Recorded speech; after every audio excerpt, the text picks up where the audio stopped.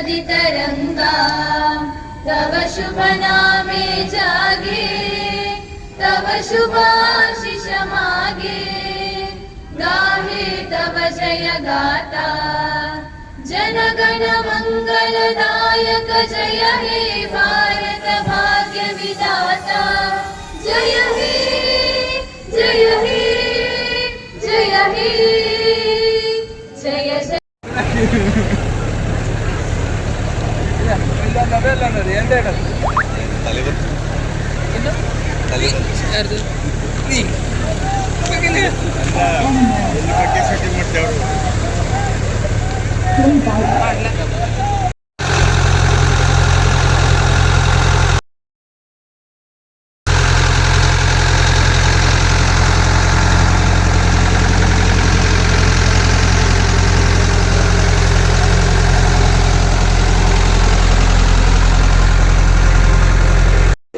ನಮ್ಮ ಸ್ವಾತಂತ್ರ್ಯ ನಮಗೆ ಸುಲಭವಾಗಿ ಸಿಕ್ಕಿದ್ದಲ್ಲ.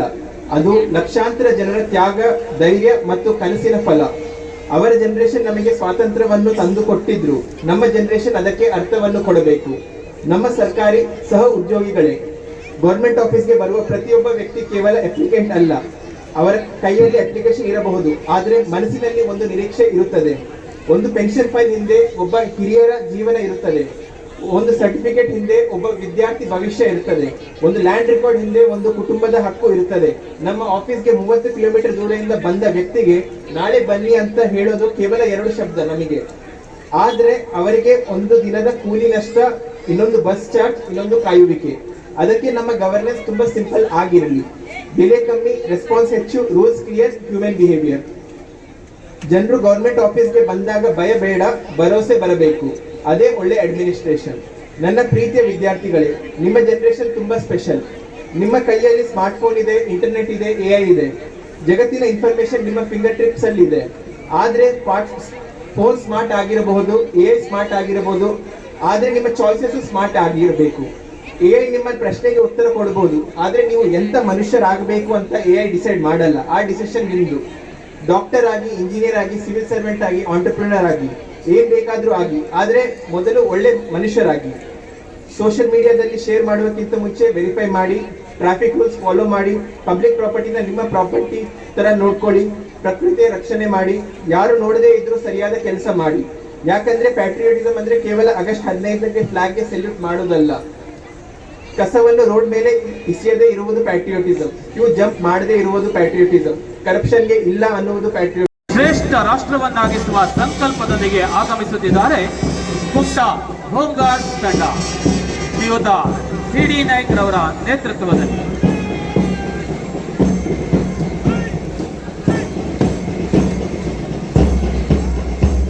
ದೃಢವಾದ ಹೆಜ್ಜೆ, ನೇರವಾದ ನೋಟ, ಹೃದಯದಲ್ಲಿ ದೇಶ ಪ್ರೇಮ.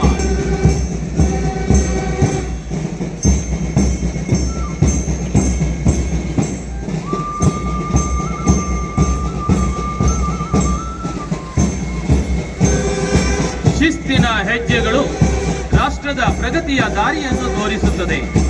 ಇಂದು ಇಲ್ಲಿ ಸಾಗುತ್ತಿರುವ ಪ್ರತಿಯೊಂದು ಹೆಜ್ಜೆಯು ನಾಳೆಯ ಭಾರತದ ಭರವಸೆಯ ಹೆಜ್ಜೆಯಾಗಿ ಮಾರ್ಪಡಿಸಲು ಆಗಮಿಸುತ್ತಿದ್ದಾರೆ ಗಿಬ್ ಆಂಗ್ಲ ಮಾಧ್ಯಮ ಶಾಲೆಯ ವಿದ್ಯಾರ್ಥಿಗಳು ಕುಮಾರಿ ಸಂಜನಾ ಇವರ ನೇತೃತ್ವದಲ್ಲಿ.